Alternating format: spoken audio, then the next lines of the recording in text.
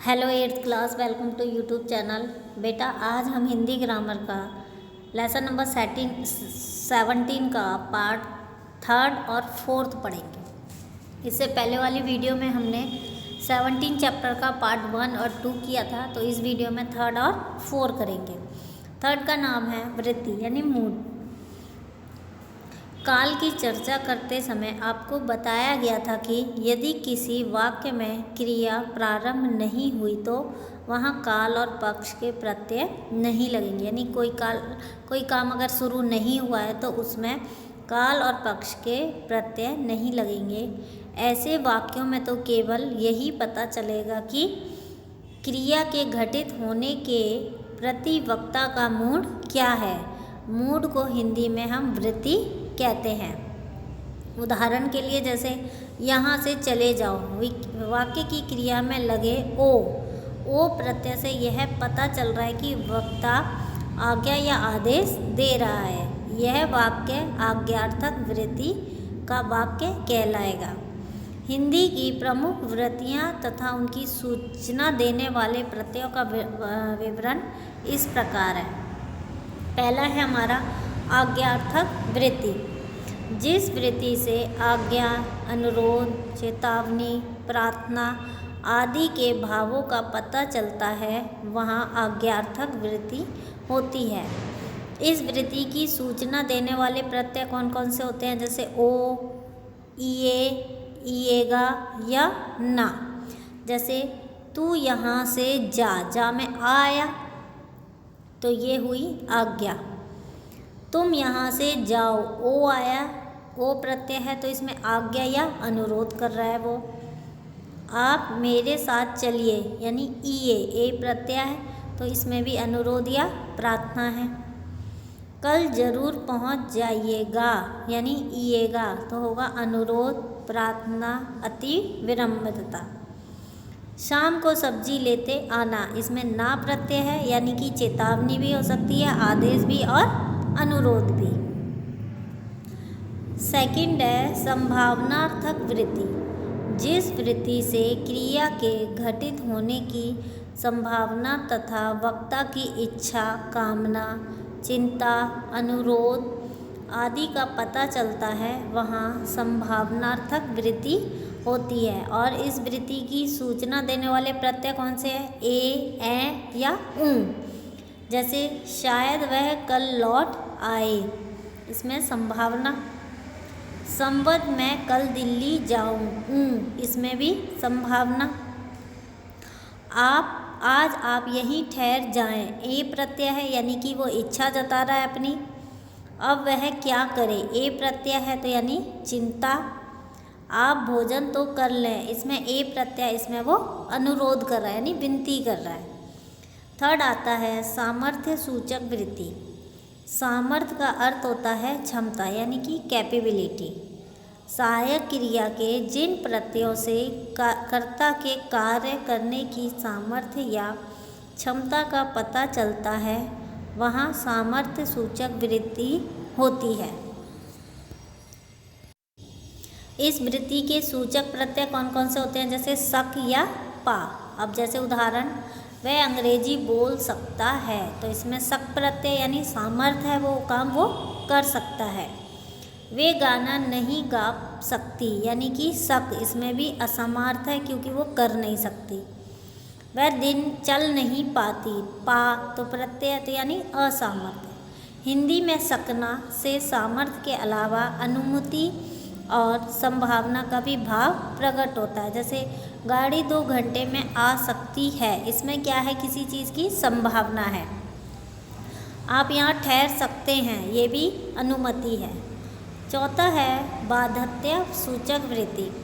जिस वृत्ति से कार्य के घटित होने में बाध्यता या मजबूरी का भाव प्रकट होता है वहाँ बाध्यता सूचक वृत्ति होती है। और इसके सूचक देने वाले चिन्ह कौन कौन से हैं? जैसे ना है, ना पढ़ तथा ना चाहिए। जैसे अब मुझे जाना है, इसमें भी बाध्यता है। उसे नौकरी करनी पड़ी, अब मुझे चलना चाहिए। 5वां आता है इच्छार्थक वृत्ति। जिन वाक्यों में कर्ता द्वारा किसी बात की इच्छा या कामना प्रकट की जाती है वहाँ इच्छार्थक वृत्ति होती है। जैसे इस वृत्ति का सूचक चिन्ह होता है चाहना। जैसे मैं विदेश जाना चाहता हूँ, वह नौकरी करना नहीं चाहता, मेरी बहन पत्रकार बनना चाहती, यानी ये इनकी इच्छा को बता रहा है। वह भी हमारे साथ आना चाहता था। अब 6 आता है हमारा संकेतार्थक वृत्ति। जिन मिश्र वाक्यों के दोनों उपवाक्य यदि तो या अगर तो अवयव से जुड़े हों तो दोनों उपवाक्यों के बीच कार्य कारण का संबंध होता है। इस कार्य कारण के संबंध को बताने वाली वृत्ति संकेतार्थक वृत्ति कहलाती है। और इसके सूचक चिन्ह कौन से होते हैं? आ, ई, ए, जो दोनों क्रियापद बंध में लगते हैं। जैसे यदि वह झूठ ना बोलता तो स्कूल से ना निकाला जाता। आ आया पीछे दोनों में। यदि तुमने कहा होता तो मैं ज़रूर आता। अगर वह परिश्रम करती तो अवश्य पास हो जाती।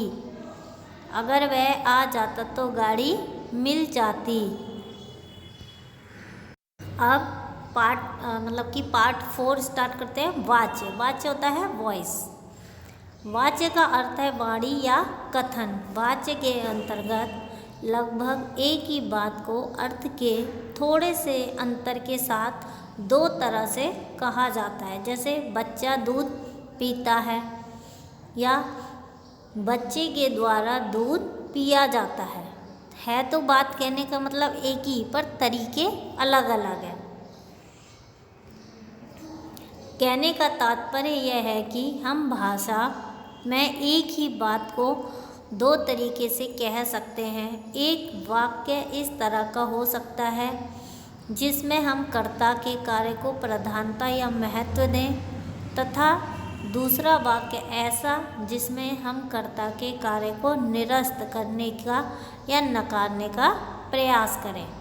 अब जैसे एग्जाम्पल देखिए, मजदूर पेड़ काट रहे हैं। इसमें हमने किसको दिया? कर्ता, क्योंकि मजदूर को हम महत्व दे रहे हैं। दूसरा है मजदूरों के द्वारा पेड़ काटा जा रहा है। इसमें हम कर्ता के कार्य को निरस्त कर रहे हैं, मतलब नकार रहे हैं। पेड़ काटा जा रहा है, इसमें जो हमने कर्ता के कार्य को सबसे ज़्यादा, इसमें मजदूर का नाम बिल्कुल ही ख़त्म कर दिया। अब आता है वाच्य के भेद। वाक्य में कर्ता के कार्य को प्रधानता देने तथा निरस्त किए जाने के आधार पर वाच्य के 2 भेद हो सकते हैं, कृतवाच्य और अकृतवाच्य। कृतवाच्य में क्या होता है? जिन वाक्यों में कर्ता के कार्य को वक्ता द्वारा महत्व दिया जाता है, यानी बोलने वाला जो होता है उसके द्वारा महत्व दिया जाता है या प्रधानता दी जाती है, वह वाक्य कृतवाच्य का वाक्य कहलाता है। हिंदी में कृतवाच्य के वाक्यों में अकर्मक तथा सकर्मक दोनों ही प्रकार की क्रियाएं आ सकती हैं। अब अकर्मक सकर्मक तो आपको पता है। सकर्मक जिसमें कर्म की आवश्यकता होती है और अकर्मक जिसमें कर्म की आवश्यकता नहीं होती है। अकर्मक क्रिया युक्त कृतवाच्य के वाक्य, जैसे बच्चे दौड़ रहे हैं, लड़कियां मुस्कुरा रही हैं, वह हंस रहा है, वे आज घर जा रहे हैं। सकर्मक क्रिया युक्त कृतवाच्य के वाक्य, लड़के पाठ याद कर रहे हैं, क्योंकि इसमें कर्म दे रखा है। क्या याद कर रहे हैं? पाठ।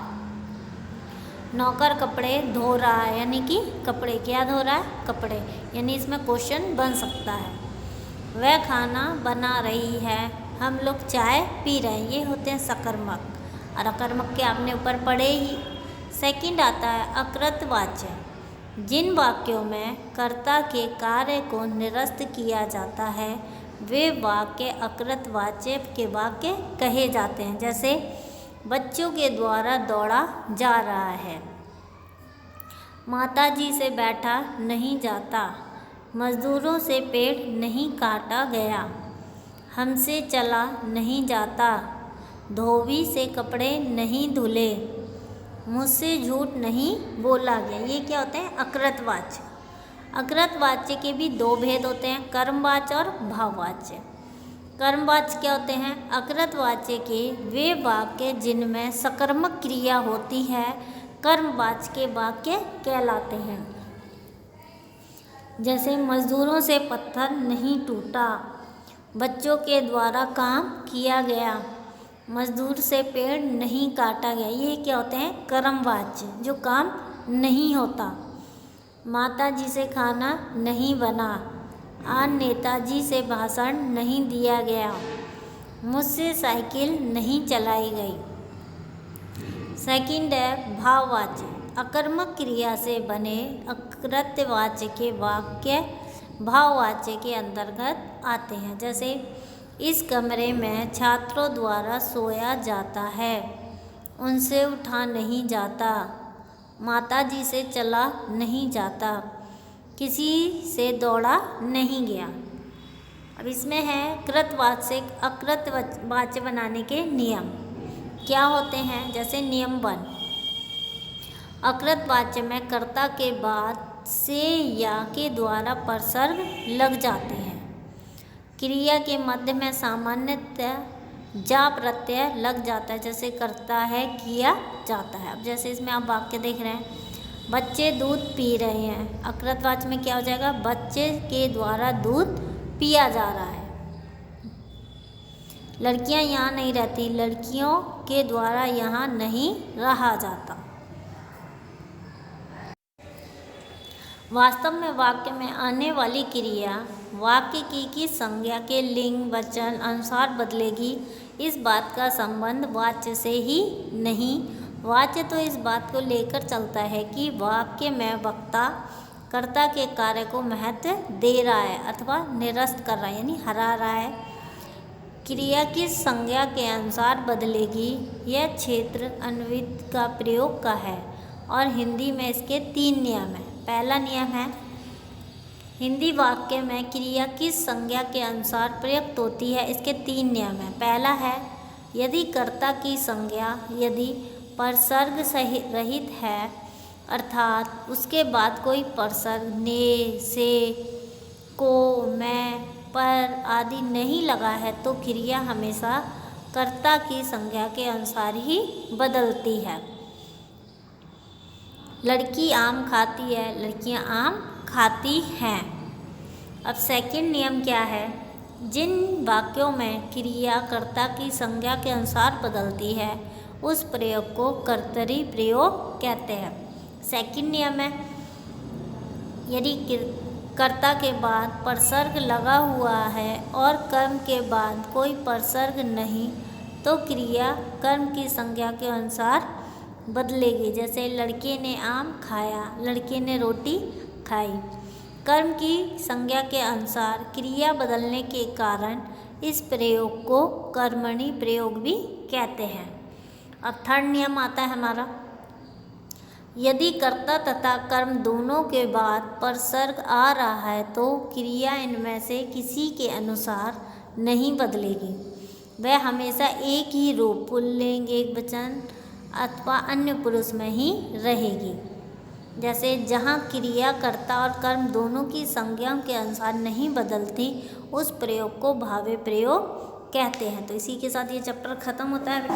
Thank you.